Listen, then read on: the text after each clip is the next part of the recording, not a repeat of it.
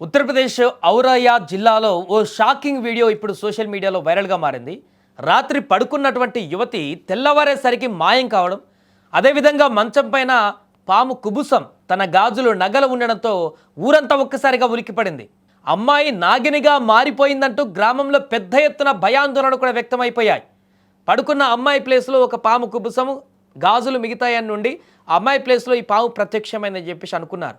మొత్తం గ్రామం అంతా కూడా భయభ్రాంతులకు గురైపోయింది. వెంటనే రంగంలోకి దిగినటువంటి పోలీసులు విచారణ చేశారు. ఈ విచారణలో అసలు నిజం బయటపెట్టారు. ఇంతకు ఆ నిజమేంటో ఒకసారి చూద్దాం. ఉత్తరప్రదేశ్లోని ఔరాయా జిల్లా సింగన్పూర్ గ్రామానికి చెందిన రీనా అనే యువతి తన గదిలో నిద్రపోయింది. అయితే ఉదయం తల్లి ఆమెను లేపేందుకు వెళ్ళాక గది ఖాళీగా కనిపించింది.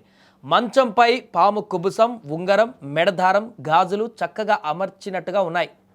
అంటే ఒక మనిషి పడుకుంటే ఏ రకంగా ఉంటుందో అలా మనిషి పడుకున్నట్టుగానే ఆ గాజులు, కుబుసము, అదేవిధంగా మిగతా మెడదారాలు, గాజు, ఇవన్నీ ఉంగరాలన్నీ కూడా ఆ ప్లేస్లోనే అలానే ఉన్నాయి. అంటే సడన్గా మనిషి సినిమాలో చూపిస్తారు కదా, మనిషి సడన్గా మాయమైపోతే ఆ ఉండేటువంటి వస్తువులు అట్లే ఉంటే ఒక మనిషి రూపంలో ఎలా ఉంటుందో అలా రెడీ చేసి అమర్చబడి ఉన్నటువంటి ఆ బెడ్ మీద ఉన్నటువంటి అది చూసి కుటుంబ సభ్యులు పొద్దుగా అలా చూసి ఒక్కసారిగా షాక్ గురయ్యారు.